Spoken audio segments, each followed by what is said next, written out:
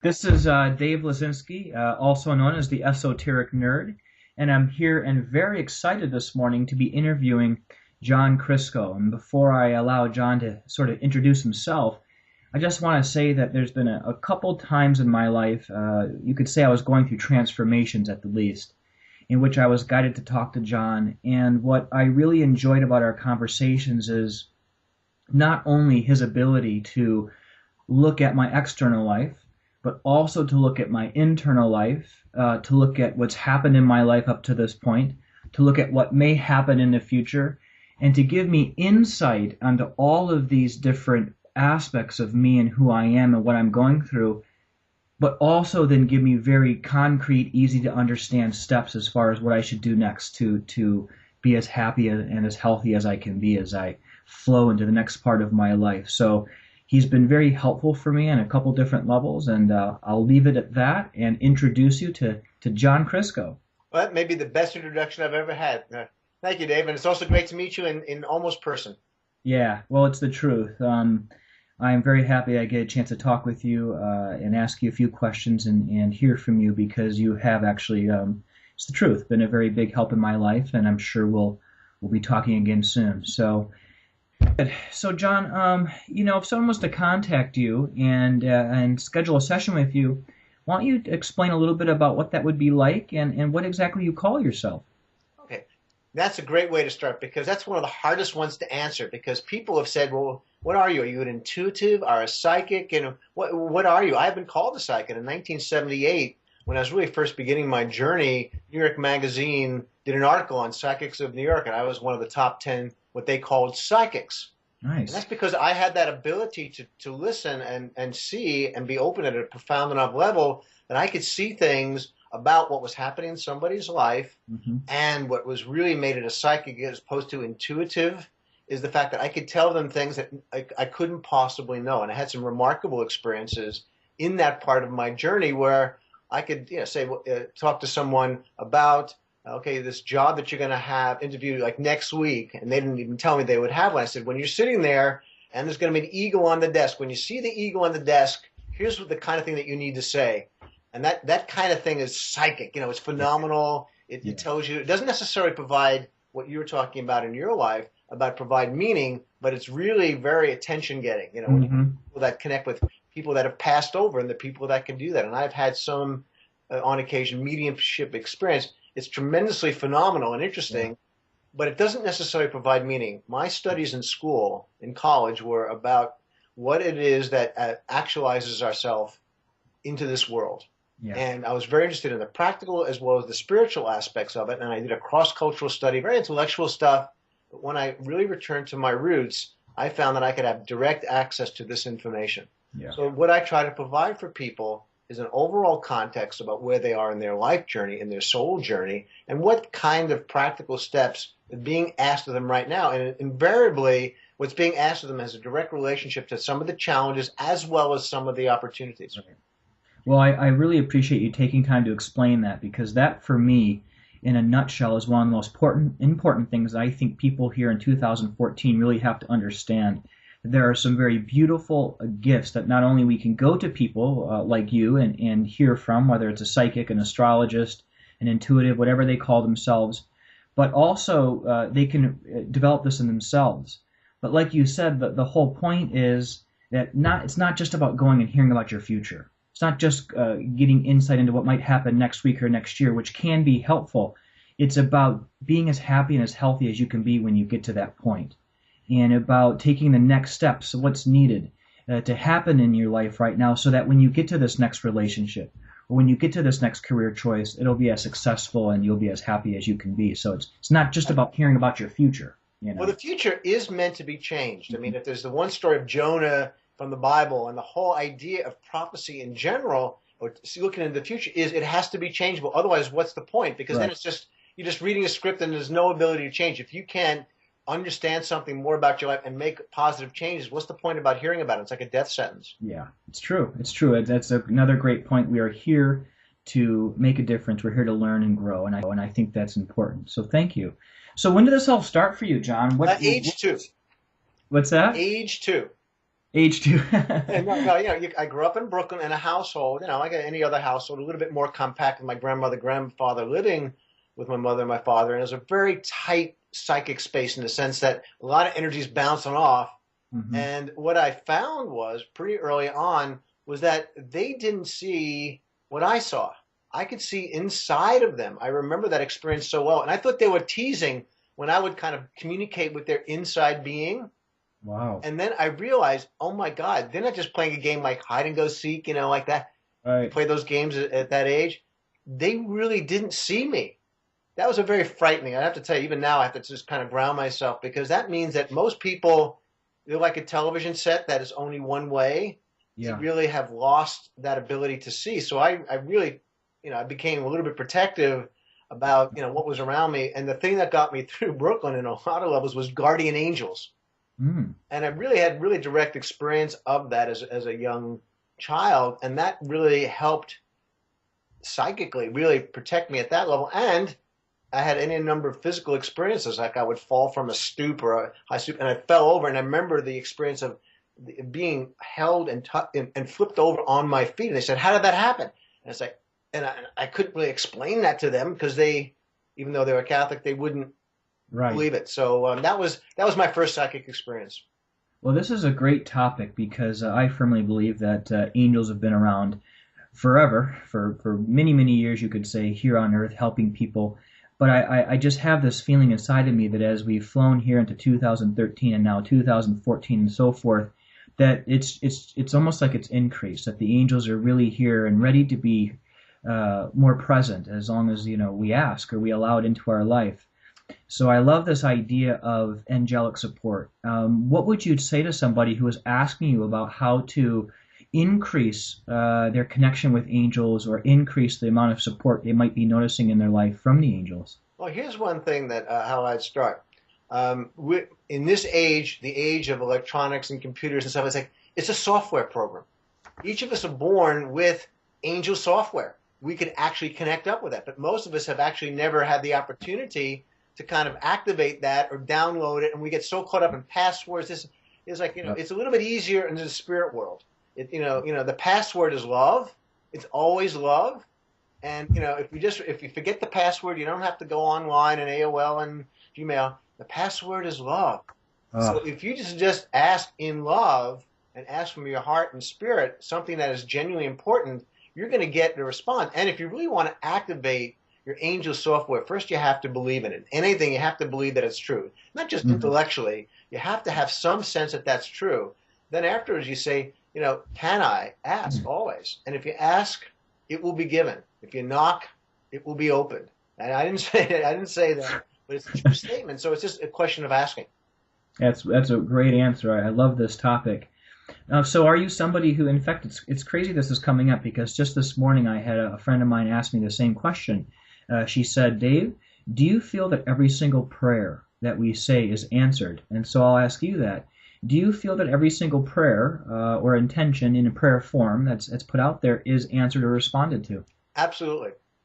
And Nice. here's not the caveat. Here's the second portion of that is Hmm. what is asking the prayer. See, I believe that the prayer is always every time your heart beats, every Hmm. time you take a breath, you're giving out a prayer. Many, many prayers from the heart, from the spirit. Now the thing is, if you ask for a prayer but you're not open to getting the answer, guess what's going Hmm. to happen? That's what happen. That's where the tension comes in. And guess, as he points to the head, this is where prayers don't get answered. I happen to like the Yankees over Boston. My brother is in Boston. If we're Right. praying to have the win, that's not exactly a prayer. Our heart is not really interested in that kind of a thing. Our head is. So we have to start to separate what we think we need from the fact that the universe is always potentially giving us what we actually do need. And if we ask more in heart and we could align our hearts and our minds together, we're going to notice our prayers being answered all the time. My mom, for the longest time, Irish Catholic burglar that she was, just didn't believe in that. She says, but you have the darnest ability to get angels. I mean, you must have parking angels. And she originated that thought for me. I said, I can't believe in Manhattan, you get parking spaces almost all the time. I said, it's because I believe and I do ask. And it seems to be I'm in alignment with my path. That's beautiful. So, when did you? I don't know if you have a set way you do things. I'm going to switch gears just a little bit now, but I don't know if you have a set way you work with people or sort of a plan in the back of your mind of how things are going to flow when someone calls you. But how did you begin to make that change to not just being, hey, I'm psychic and can see what's going to happen next in some sort of way to help people? When did you start adding this intellectual piece and the learning you've done in school and things with these psychic abilities to be able to really devise a plan that's going to help people take these next steps in their life? How did this come about for you? Because like I told you earlier to start the interview, it's been so helpful for me because you do both. Well, thank you. And actually, like many people, maybe most people, that intellectual portion as I was growing up became more important. And I began to slowly push aside this other piece of information. There was just nobody around that I could talk to on it. So I just buried it until I came into adulthood, until I came into studying things back about human potential, what's possible. And then it just spontaneously started to open up. It just, about 25, it just reopened up. I think it was changing that light bulb in my little flat in Manhattan when the thing was short circuited. I got one heck of a shock and I touched it again. I think it reawoke in me. And then I found that I could just do it spontaneously. I found that I could just sit with someone and get information about them, about their life. And it would come in terms of images. It would come in terms of thoughts. It would come in terms of feelings. But it would also come in terms of knowing. And it really does vary. So what I found is that I have to focus this. And the focus was always about saying, well, before a session, what is it you're trying to accomplish? And but no details. If they start to tell me all about their life, well, that's not going to be helpful. It actually hurts my ability to see. They say, well, I have some issues in my life on my career or relationships. And sometimes they don't even say that. I don't even need that. Yeah. And what we do though is I do go back and forth between providing an overall framework about where they are and what I see is really happening. And enough things get thrown in there about what was happening that it says, well, this person's for real. Like today when you were waking up, this is Dave, that you're getting a reading live in the camera is I didn't know this about you until we started to talk today, is that when you get up early, we're all a little bit on the half into this world, half in the other world. There's an awful lot of information that you're processing in those last little bits of time. And you're right on the edge of capturing some of that. So I would suggest to you is like next time, and when you wake up, allow 15 more minutes and say, this is the most important time of day for me. And I'm going to capture that information because you're getting guidelines. You're getting real downloadable information of what you need to do in your life. It's concrete, it's spiritual. It's an amazing time for you. Not everybody has that, but you would do well to really do that. So that's, again, it's just being open to what's going on and being in the moment at a very deep level. Well, I appreciate you, first of all, sharing that. And I like the way it sort of just came out as we talked. And I think people viewing this video, these are the important things to see how someone who uses the tool of the psychic ability to be able to support somebody and how it's done by a very normal guy who's here to help. And so it's not just about some crazy ability. It's about using it to help people. I want to expand a little bit on something you just mentioned and something I find myself talking to people about a lot, and that is this idea that information, again, call it psychic information and information that's intuitive or from your higher self, call it what you will, it comes in a lot of different ways. And oftentimes when we are connecting or communicating with those deeper parts of us, it can also come in very symbolic form. Right. Could you give me a couple examples or expand on this in any way you'd like to in regard to some examples on how you might receive, information and share it with somebody like what you just told me? Does it ever come as like a picture and that's like worth 1,000 words kind of a thing? Or what is it most common for you in regards to here it comes into my brain from somewhere else and now I'm communicating it? Okay. I'm a visual person by nature. So the most common one for me is visual. I'll see pictures, I'll see images of past lives, things that are going on in your life. I'll see that. So it comes first of all in that. It then is usually a concomitant emotional factor to me, and that's actually been the biggest challenge because the emotional side my empathic nature, my healing nature, my desire to heal. I have to really separate off. And if there's one trap that the intuitive psychic realm has, is the emotional life. You have to be like a really clear body of water, because if it resonates off your own emotional self, like you'll transfer that stuff over. You'll read into it what may not be there. So you have to be very clear about that. But it's also hard not to feel things when somebody did it. And I had a lot of experiences when I was doing real psychic work, where I was working with detectives or police things. That was really hard, particularly if the outcome wasn't good. So that, the emotional side comes in. Auditory. I'll hear something. I'm actually told something in a voice that it's not my own, John, and I've learned to recognize that voice as not my own, and then I'll be able to say, Dave, this is what I'm being told. So it'll be that. So that's some of the way. And sometimes it's just pure knowing. It's not even anything. It's just I just start to talk, and it's just like, wow, where is this coming from? So this is great. These examples and this conversation is great because, as I mentioned earlier about angels, I feel the same way about the intuition.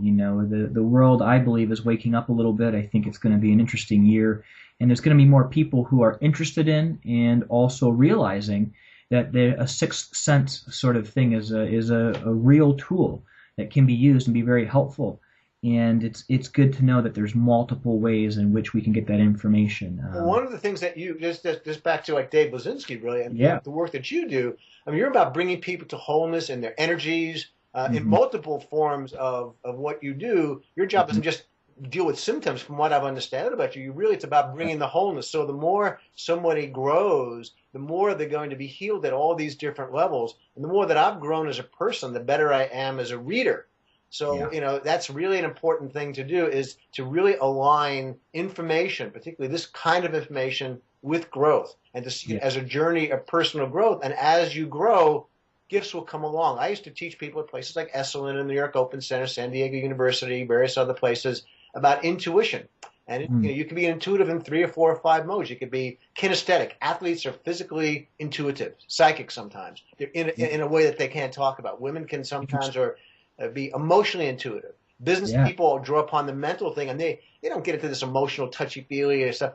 It's a hunch, and it's a more mental thing. And then there's like the spiritual people that just integrate all of it. So again, it's a spectrum. My question to people is that I ask them is, find on the spectrum of intuition and spirit where you are, because you're going to fall and you're going to have multiple gifts. Nice. So I'm going to pause, and then we're going to continue.